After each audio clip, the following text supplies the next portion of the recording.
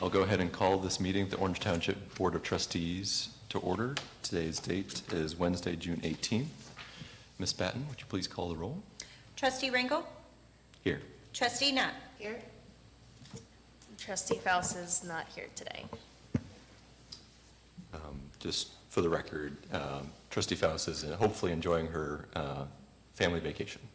So would you please all rise and join me in the Pledge of Allegiance? I pledge allegiance to the flag of the United States of America and to the republic for which it stands, one nation, under God, indivisible, with liberty and justice for all.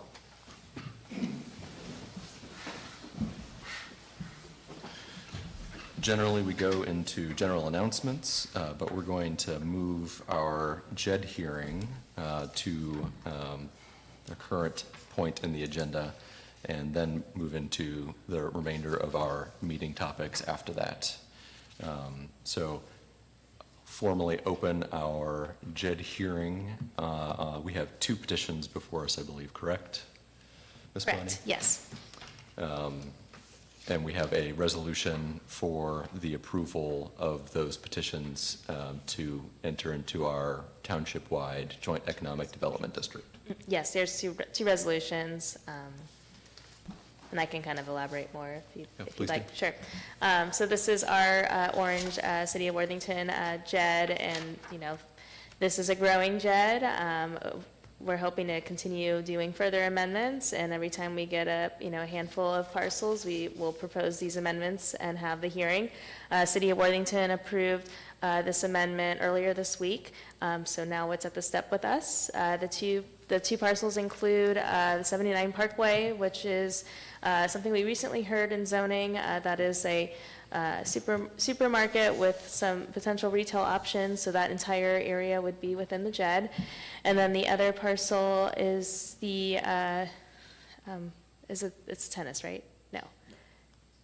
On the Orange I'm blanking out. Dispensary. Oh, sorry, yes, excuse me, I'm getting zoning things confused. The other parcel is the marijuana dispensary at the Orange and 23 location. And just to recall what our joint economic development district helps with, it will help diversify our revenues here in the township. We are property tax dependent, and businesses that join our JED will contribute some income tax to help offset the impact of these new businesses coming into the community. Do you have any additional questions or discussion on the two petitions? So we'll be getting, is it 2.5%, the JED? Is the income tax, yes. Income tax, okay. So we'll be getting that on the income of the net profits of the business, is that correct? Mm-hmm. And the income, okay.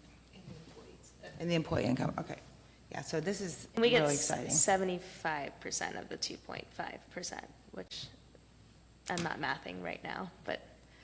That we share with the city Over of one Worthington. and less than two. Okay, yeah, so that's very exciting because I think both of those businesses are going to bring in a lot of money to the township, especially the dispensary. Yes. Thanks. Mm-hmm. Well, if there's no additional discussion, I'll make a motion to approve. Do we need to have a period for public comment as well? Yes, if there's anything. Is there any public comment related to the two JED petitions?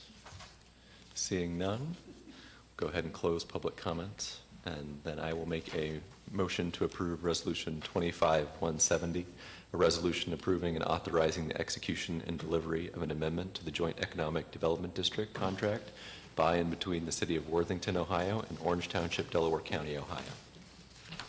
Second? Roll call. Trustee Knapp? Yes? Trustee Ringel? Yes.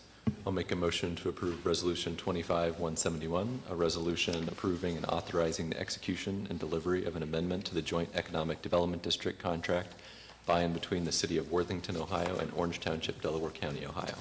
Second? Roll call. Trustee Knapp? Yes? Trustee Ringel? Yes. And I believe that is all of the agenda we had for our JED hearing, so I will go ahead and adjourn that JED hearing at 3:06. Now back to our regular agenda items. The first item is general announcements, and we have the opportunity to recognize one of our zoning commission members. So we've got a certificate of recognition that we'll be presenting, but first I'll read a little background about why we're presenting the recognition today. So on behalf of the Orange Township Trustees, we are proud to announce and honor our zoning commission member, Karthik Avandula, for being selected to Columbus Business First's prestigious 40 under 40 class of 2025. Karthik, he serves as the Senior Director of Advanced Manufacturing at Jobs Ohio. He brings a wealth of economic development experience to our zoning commission. His expertise has been invaluable, and his dedication continues to have a lasting impact on our community. Karthik, your unwavering commitment to civic responsibility and professional excellence is a true reflection of the values we hold dear in Orange Township. And as you shared in your interview with Columbus Business First, it's important to you that you leave any place better than you found it. So today we have the opportunity to celebrate you with this well-deserved recognition and present you with a certificate of appreciation on behalf of the Board of Trustees.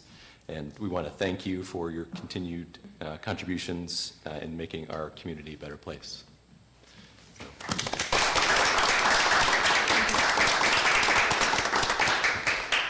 Photo? Would you like to take a photo?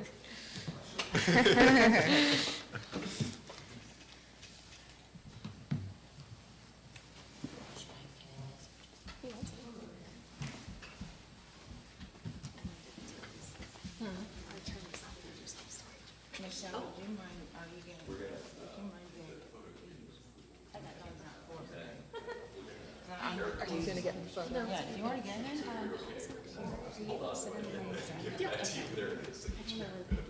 you want to get in? No, it's okay. Are you sure? It's just.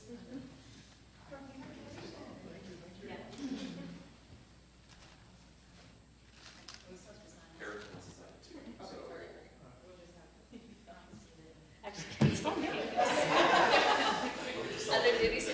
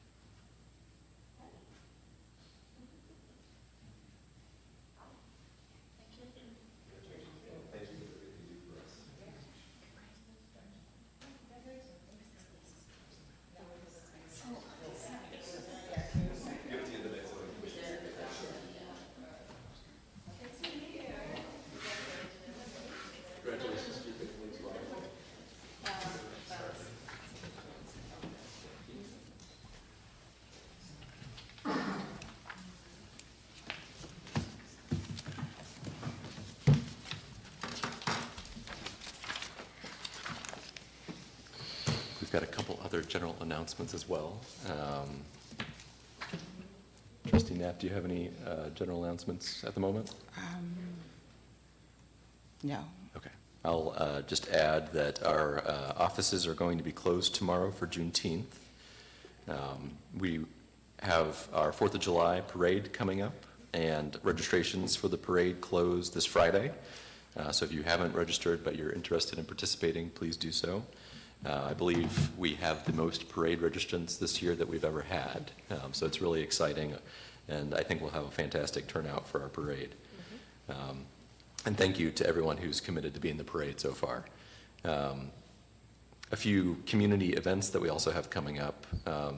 Next Tuesday, the 24th, the Lewis Center Business Connect is having a lunch and learn at the Cove at Evans Farm, and they're going to be talking, there's a speaker for that event on social media applications in your business. There's also a coffee opportunity on July 2nd, that's a Wednesday, that's going to be at Rise Commercial. So if you have the opportunity to come out and meet other local small businesses and network and contribute to the community through that way. What time are those at? The lunch and learn, I believe, is at 11:30, and I believe the coffee is at 8. But more information on both of those events can be found on the Powell Chamber of Commerce website. Thank you. And those are all the general announcements I have. Ms. Bonnie, do you have other Any announcements? I do not. I know Jen Kiki from the Health District's here, so maybe she can. So let's move into public comment. Yes, sorry. I know, I asked her to share some updates from our last open house, so. Good afternoon. So Jen Keggy from the Delaware Public Health District, and we came here last Monday for a community conversation in collaboration with the township and SourcePoint. So SourcePoint does this a couple times a year. They go to different parts of the county to get feedback from residents to help inform them for programming. If there's any current issues that are happening with older adults, that's a chance for them to get to hear from the residents. So we were fortunate to be able to also participate and ask a few questions. So I was just going to give just a little summary of that. One of the things we did want to ask about were the best days and times for programming. You know, that will help us be able to better plan if we want to offer programming down here along with SourcePoint. So the majority of the people that we talk to prefer programming during the week. And remember, this is geared towards older adults, so a lot of them are retired. And then also when looking at times, the morning and the afternoon were the best times to offer programming. Two of the questions or topics we chose to focus on were around driving, concerns about driving, and then concerns about mental health. For driving, we are seeing an increase in older adults that are being involved in traffic fatalities. So we've done a lot of work around messaging, we have a program called Car Fit where we do an assessment of an older adult in their car to see if, you know, does the seatbelt fit properly?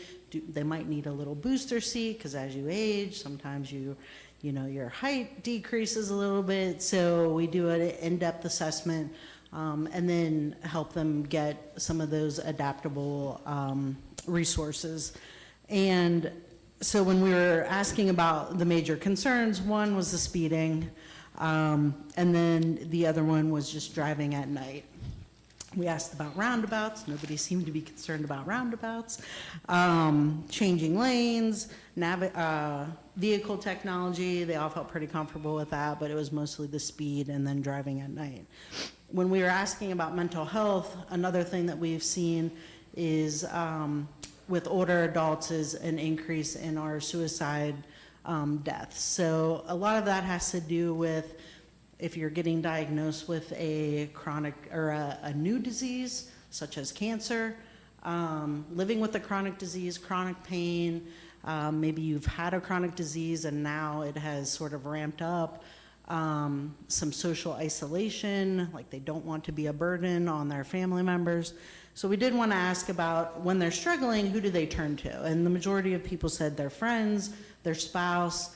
One person said their doctor, one person said a mental health professional. And when we did our age-friendly assessment, there were a lot of people who were not aware of Helpline in our 211 resource. So it's definitely an opportunity for us to do some messaging around, if you don't have one of these support systems to lean on, here's some resources for you to call if you're in that situation where you might need a little extra help. So it was a good time to just sit and chat with the residents. So I know we have in August, we'll be doing a community conversation over at the library around food access. So food insecurity, quality of food, affordability. So it's good to always come down and hang out with you guys. Any questions?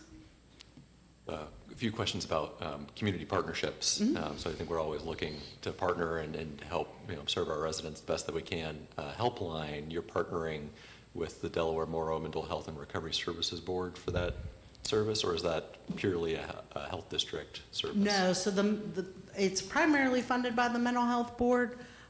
They have other grant funds that they use for that service. So that's our 211. Also, if you call 988 for the suicide crisis line, it gets routed to Helpline. So you can call that anywhere. And if I think it works off of your phone geotab, I'm not sure all the technology, But if you're in our county, it will route you to 211, and then they service that 24/7. Okay. And then with respect to transportation, do you have current partnerships with the Delaware County Transit Authority, and are there, potential opportunities to how we might be able to help expand service into the Orange Township? Yeah, so we do have, as part of our community health improvement plan, we have a access priority. So they sit on that group, and a lot of the focus is getting people access to medical appointments and medical services. But also in this instance, we did have one person who anecdotally told us that it would be nice to have busing to go to activities. I think people with Source Point, and we heard that a lot, is they think Source Point is very far from here. So how to maybe partner with Delaware County Transit. I know they're looking at expanding hours, expanding their geographic reach. So we continually look at that with them to see where to meet all of the different needs. Okay. Well, yeah, thank you. And we always appreciate all you do for our residents. Well, thank you. Yeah. He took all my questions. I have no more. All right. Yeah, thanks, Jen. Are there any other public comments today? All right. I do have a request from the board to make an immediate agenda change. I just got news from our other legal counsel that he's running a little late. So if we can move the executive session to the end of the agenda, that would be helpful. We can do that. So next, then, is our other agenda changes. Yes, I'm sorry. I do have other, We'll have to move our resolution numbers by 2, I think. yes. So I do have 2 agenda changes. One is to remove an item under operations report, and that is in regards to the North Orange HOA agreement. And then the second is an additional item under fire report to add obsolete items. And then the next resolution number would be 172. For our consent agenda. Yes. Is there any discussion, questions about the consent agenda? I have none. Okay, then I will make a motion to approve the consent agenda for the regular meeting held on June 18th, 2025. That includes resolutions 25-172, approving the electronic record of the proceedings from the regular trustee meeting held on June 4th, 2025, ZON 2502, enclaves at South Old State held on June 4th, 2025, and special trustee meeting held on June 12th, 2025.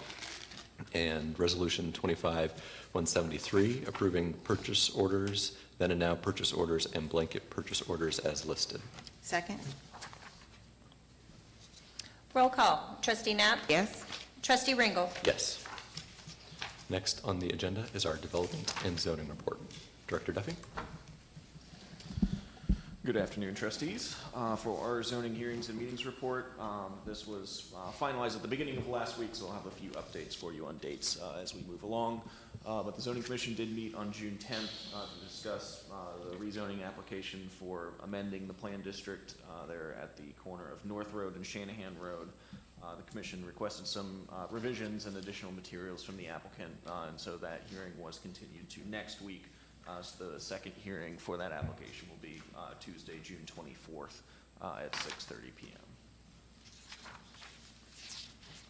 The Board of Zoning Appeals also met last week, Thursday, June 12th at 6 p.m.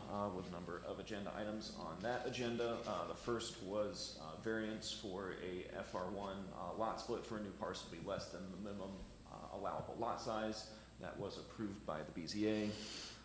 The second was an area variance for a rear setback to allow a sports court to encroach into that area. That was also approved by the board. The third agenda item was a conditional use for the New Gen Racket Club and their monument sign. That was approved by the board. And then the final 2 items on the BZA's agenda was signage for the rebranding of the Nationwide Hotel and Conference Center. One of those signs was, one was approved, one was continued, and one was denied. So they are making some revisions, and then they will come back to the July meeting of the BZA, which will be July 17th.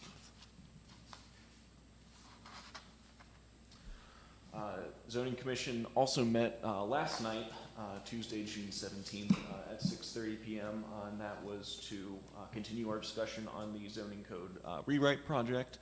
Happy to report that the Zoning Commission did recommend approval with modifications of the zoning code rewrite project. Staff is going to take a little time to include the modifications that the Zoning Commission recommended, and then we will have a resolution for you at the next regular trustee meeting to schedule a hearing for our zoning code update, which we are excited to dive into with you all. And then, as mentioned, the Board of Zoning Appeals has a July meeting with a few items scheduled already. In addition to the continued signage that I mentioned earlier, there is one area variance on that evening's agenda for an egress window to encroach into the side yard setback on McAllister Park Drive. And then I believe one that came in after this zoning report was finalized was another variance for wall sign area and height for the Kroger off of 23. The only other item on the zoning report is the still tabled dispensary located on East Powell Road. I do not have any updates on that project at this time. I'd like to thank the staff and our zoning commission members and our residents for all of the feedback and the monumental task of working on updating our zoning code. I know it's been a long process, but it's been a worthwhile process, and look forward to the modernization that will help our residents with. Any questions or discussions about the zoning report? I have none. Okay, I believe our next report is our operations report. Director Bowers. Thank you, sir. As I'm sure everyone's noticed here this week, Bale Canyon Phase 2 is underway, creating some road widening and probably creating a few headaches here as we get started with that project. Part of the funding for the Bale Canyon Phase 2 is coming from the County Transportation Improvement District. So before you have a agreement with the county for the $750,000 from the TID that will go towards the Bale Canyon Phase 2 that we're recommending approval of.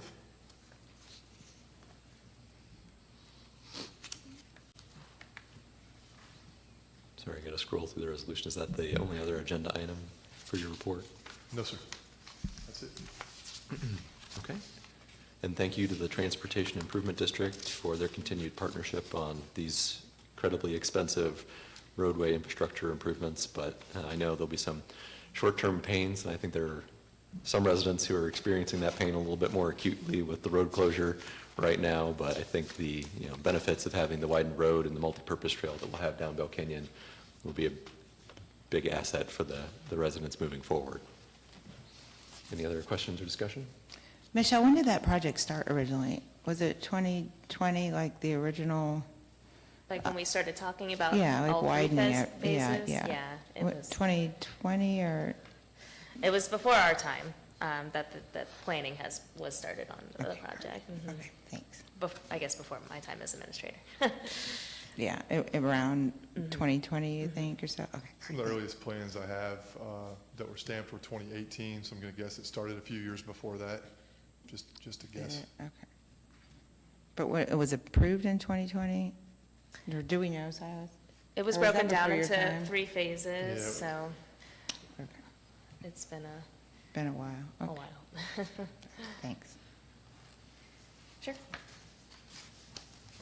I'll make a motion to approve Resolution 25-174, a resolution authorizing Michelle Bonney, Orange Township Administrator, to enter into a project agreement with the Delaware County Transportation Improvement District for the construction of Bale Canyon Road Improvements Phase 2. Second? Roll call. Trustee Knapp? Yes? Trustee Ringel? Yes. Thank you, Director Bowers.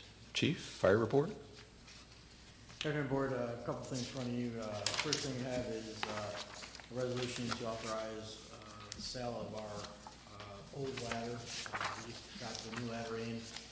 Should be within hopefully next 2 weeks, first part of July, first week of July, put into service. We're just waiting for a couple things for the radios and things like that, but, so we're looking at, selling our old ladder to, back to Sutphen, which will go to our finance, that money will go to the financing of the current one, so take off, so. Second one we have is, DACC affiliation agreement. Every 3 years, we redo this affiliation. It's just a partnership with them to work with and their EMT fire program for them to be able to send their medics over, EMT candidates, to do ride-alongs with us and to work with our individuals on learning mentorship and things like that. So that's been in effect for a while. So we're just doing the third year renewal. And the last thing is, I added to get rid of, we have 362, we just got new recliners. The original that we've had went through COVID, and with all the spraying of disinfectant at the time, the leather's starting to wither away, so we've got some new, and we like to get rid of the old. And that's all I have today. Thank you, Chief. I'm looking at the template, and it looks like for the resolution for declaring obsolete property, because of the Yeah, recliners. Okay. that was moved to the beginning during the agenda change, and then, but yeah, the 3 items he discussed are in there, just Okay. obsoletes first, and then the sale, and then the DACC. Okay. Thanks. Any questions regarding the fire report? I have none.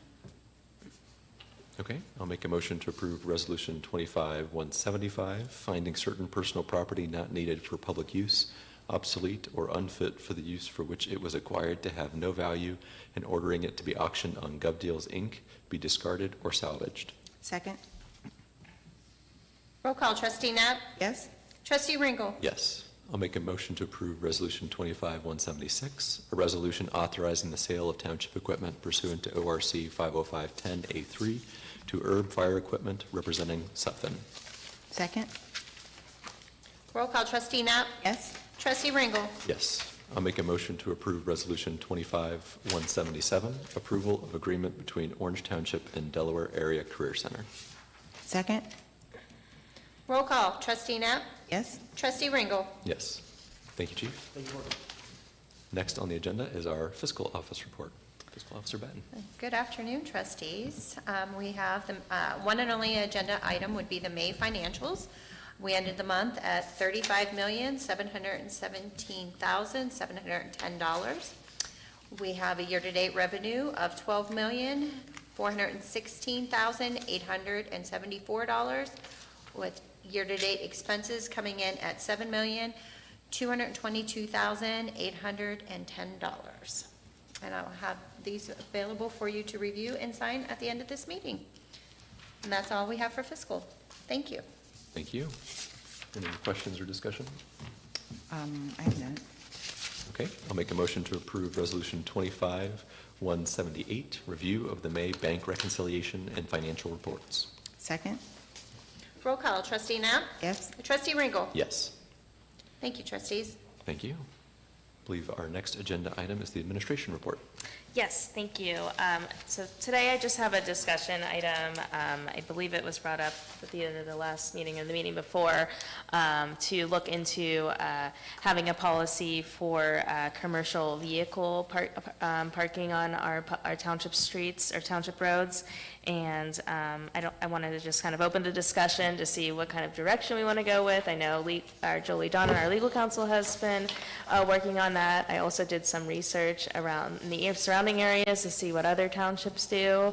I did come across one policy, but yeah, I just wanted to open it up for discussion. And I know Trustee Knapp, you initiated this, so if you had any first thoughts, we can maybe take it from there. Well, yeah, so we've been receiving complaints about people parking semi-trucks or RVs or dump trucks in residential areas, like overnight and for days on end. So I was looking into whether that could be prohibited in the residential areas, you know, without prohibiting commercial vehicles that are there to do work. Like, you know, someone's dropping off roof tiles or doing landscaping or something like that. So the goal prior to that, someone could actually park a semi on a residential street and block, the line of sight. They could park there every night. We've actually had that happen, and it's become just so common. Or they'll move the truck around to different parts of the township. So this, checked with our legal counsel, Julie, and she said that this was something that we could do. And I found 3 examples in Ohio. One from two were from home rule townships, and one was for not. But they had different, similar to what you sent, but, so that was the intent of this. Good. Do you recall the non-home rule township that you found? I believe, I recall reading, I think, parking resolution from Union County. I think it was Jerome Township. Oh, Jerome, let's see, there was one, found one, Batavia, but that's limited home rule, Plain Township in Stark County, limited home rule, Concord Township in Miami County, I think was the one. Okay. Yeah, I can send these to you guys. But it was very similar, a little bit, it said, and then we would limit maybe the size of the vehicle, so, someone that just had like a big pickup truck or something, even if it was commercial, would be excluded. But there's some language like, they cannot park on a township street or road except when continuously and actively engaged in loading or unloading goods from such equipment or vehicle, or while being used to perform a service to a residential job site for the day, and it will be removed at the end of the day. And, some emergency language. And I don't know if there's anything in here about the RVs.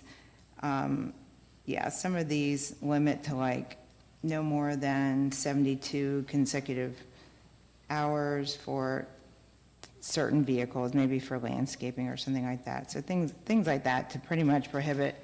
There was a guy that had a dump truck, and he was parking in front of his house every single day, and he was renting the house, and there's nothing that could be done about it, I agree that it is a problem, and I like the language you just cited in particular. So I think maybe if we have a draft of a resolution that we would think about adopting, maybe we can have some internal discussions about refining that to make sure that we don't have a use case that we miss.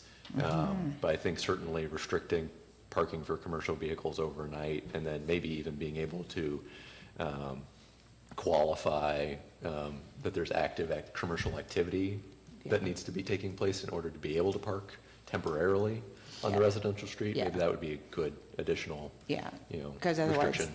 otherwise they could just keep moving it, I guess, from place to place or parking it somewhere overnight and just having it during the day. Yeah, that kind of language is what I really liked about that particular one. Do we want to, would this include like a food truck? How would a food truck work? Just So- try to start throwing out every Yeah. situation. So I think in terms of, the parking resolution and kind of I think there are kind of 3 goals that the board has to ask itself. One, what's the definition of how far of a commercial vehicle do you want to capture? Hit on semis, hit on dump trucks, kind of the bigger items. But I think Michelle has a great point of, well, a food truck can be larger than your average pickup truck or landscape van or that type of thing, but not as big as a semi or maybe a dump truck. And so the question the board has to ask itself is basically how far out do you want to capture these commercial vehicles? I think a second item is location. You've addressed, possibly, or you mentioned residential areas, but we'd recommend that the board specifically identify, what streets, if possible. So where do you want the restrictions to be located? And then 3, any timing restrictions. I know Trustee Ringgold mentioned, and I think Trustee Knapp also referenced no overnight parking, but if that's something, truly no parking at any point, during the day, that's, again, just something to keep in mind. But those are kind of the 3 items that I'd recommend that we work through.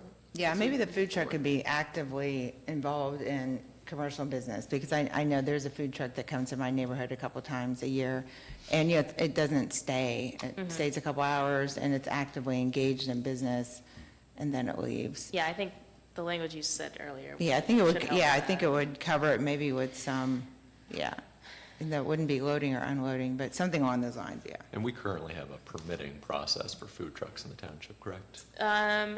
Not zoning, but I believe operations and the fire department work on that one, if it's on a public street. Okay, so that might be something that we want to incorporate too, just to make sure that, you know, it's reemphasized for food trucks.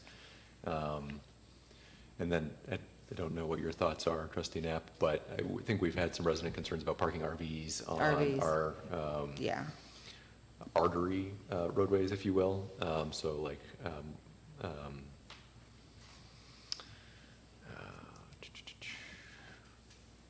over in the meadows, probably along some of the larger thoroughfares. We might want to look if we can tie restrictions of some personal vehicles like RVs to those roadways that might have, you know, a designated certain speed limit, if that's possible. I don't know what your thoughts are on that. yeah, we have had those on the main thoroughfares, but also some people have complained that they've been in neighborhoods for a very long time. But, I mean, sometimes you might have someone, a lot of times deed restrictions, you know, sometimes will take care of that. Yeah. But in some neighborhoods, like mine, for example, you know, maybe one there for no more than 48 hours or 72 or whatever would be reasonable, but not like parked for a really long time. Yeah, and also maybe no parking at all on arterial streets. I like that. Yeah, if we can, Yeah, does Do that make that sense, legally. Julie? So for RV style vehicles, perhaps I know Trustee Ringgold mentioned maybe prohibiting on arteries, but I think you're leaning more towards putting a time limit, basically broader restrictions, but. I would be fine with both. Okay. Yeah, I would say no parking on the major arteries at all, because then people would just park them. I mean, because you could park for 72 hours in one artery and go to another artery for 72, whereas in a residential area, I guess you could also do that, but I feel like I wouldn't want to limit someone visiting someone's house for a couple days. I mean, what's standard, like 48 hours or 72 or? So something to, I can't speak to how long, you know, something to also keep in mind is enforcement, and how, so the sheriff's office is responsible for enforcing your parking restrictions, and, you know, they will have to monitor, and obviously I would suspect residents will complain and that sort of thing, but, you know, Yeah, I definitely want to get the sheriff's office buy-in before we proceed. Yeah, yeah, because by the time there's a complaint, then it might have already been going on for Yeah. days. I mean, it's really designed just to keep people from parking there for a really long time, so. what I would say, if that's the case, that don't want someone parking there for a long time, you know, if someone comes in for a weekend, 48 hours wouldn't really, you know, that'd probably put them right at the line. And so if the goal is really more long-term parking, then perhaps looking at that 72-hour figure instead of Yeah, 48. 48, yeah. In residential neighborhoods, but on arterials prohibiting overnight Yeah. parking, just, Yeah, or prohibiting, just outright prohibiting, because there should be no reason for them to park on our major arterials. Then we have to make a list of all those, I guess. unless we can somehow lump them together as, you know, roads that have a 35 mile per hour speed limit or something. Oh, I see what you're saying. Like if the engineers, learned so much about the engineer's office's classifications at one of your recent zoning hearings, and I think that if there is a way to, if that mechanism works, then you're exactly right, of using their type of classification, you probably wouldn't have to specifically call them out. But again, specificity is important, and if it's a good idea to be as specific as possible. Yeah. Because we might have additional arterials that develop in the future, and I'd hate for the board to have to, every 5 years, catch up with new roadway that's built and include it by name. But I think it's important enough that we need to do it if there's no other way to do it. Yeah, yeah, I agree with that. Julie, is that enough to work with, or do you need? I believe so. So for, we're talking about commercial vehicles and RV vehicles. On the RV side of things, we can kind of do some research to figure out on the engineer's office's side of things, what's kind of the definition of the arterial roads versus residential kind of surface roads. And obviously, sorry, you said on the arterial, a total prohibition on residential streets. I'm gonna shoot for 72 hours, but obviously that can change as this moves forward.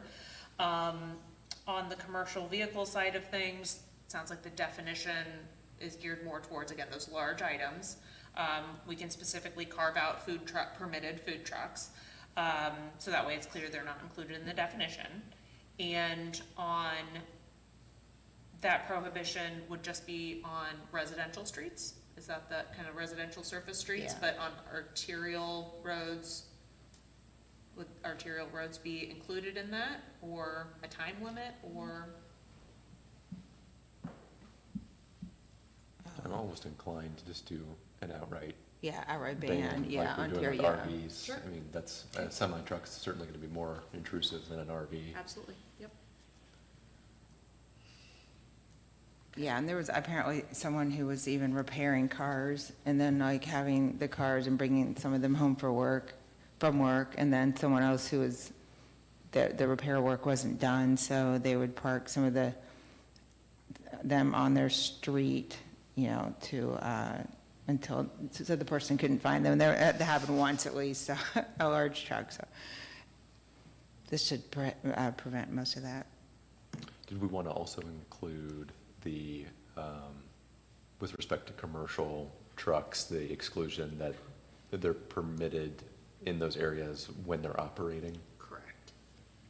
Yeah, Obviously yeah. loading, unloading, Yeah. doing, yep. Yeah, that language was pretty handy there. Yeah, because they'll bring huge flatbeds in with roof tiles and, Yeah, or Roof things moving and- companies. yeah, that's Yeah. true. Yeah, and those are all normal. I think that gives some good direction. Yeah, and it does take time to enforce anyway. It's not like you're going to call the sheriff and they're going to come right out and tow it. I mean, it could take some time, but at least we have it in place. Yeah. I think it would also be good to know, while we're working on the resolution, how far our enforcement for the township goes, so to speak.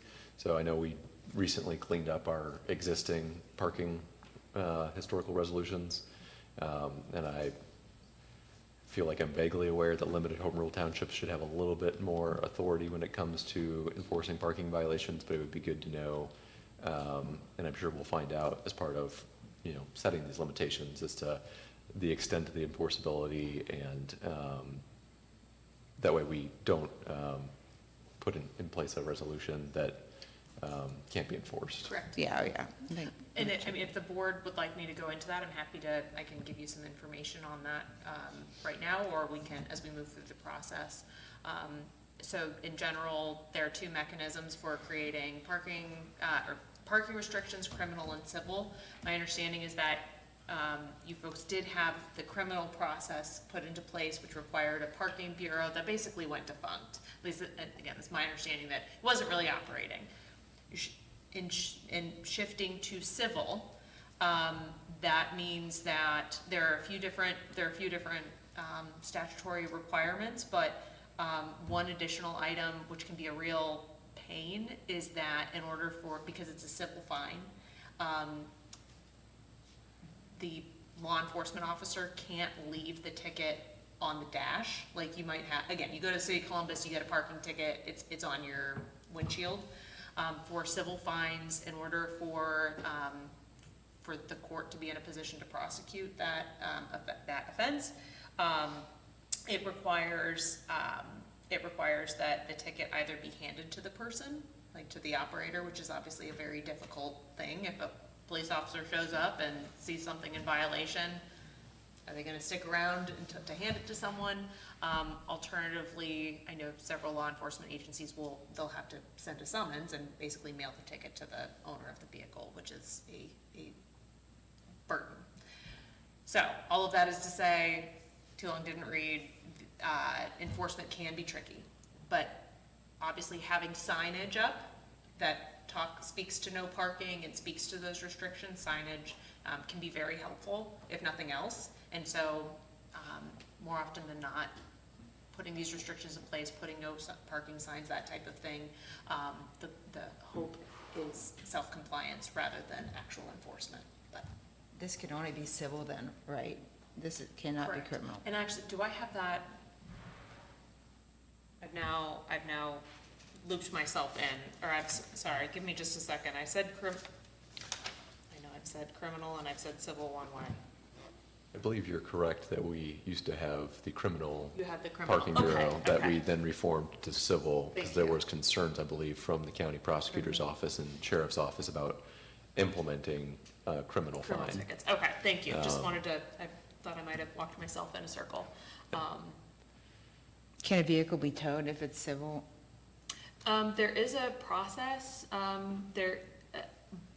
would say tow with extreme caution, because there could be again, if you tow someone's vehicle away, figuring out for them to figure out how to find it, if the vehicle is damaged, that sort of thing.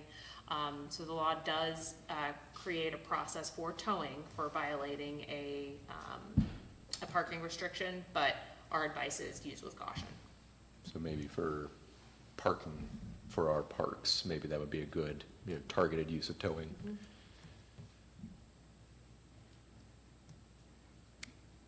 Yeah. But I think this is helpful direction, and staff and I can move forward and narrow the scope a little bit. Sure, Thanks. yeah. Yeah, thank you for your work on this, yeah. And thank you, Trustee Knapp, for raising the topic for discussion. Okay, It's, yeah, sure. long overdue, People will be very happy. yes. That's all I had under my report. Okay. Thank you, Administrator Bonnie. I don't believe we have any new or old business. Do we want to adjourn into, recess until legal counsel is here for executive session, or? We can actually begin the executive session. Begin the executive session? Okay. So it would be resolution 179, if I'm mathing. That's what I have too. Okay, good. I'll make a motion to approve Resolution 25-179, enter into executive session for the purpose of conferencing with the township attorneys concerning a dispute that is the subject of imminent litigation pursuant to Ohio Revised Code Section 121-22G3. Second? Roll call, Trustee Knapp? Yes? Trustee Ringel? Yes, invited to attend are Fiscal Officer Batten, Administrator Bonnie, Zoning Director Duffy, and Legal Counsel.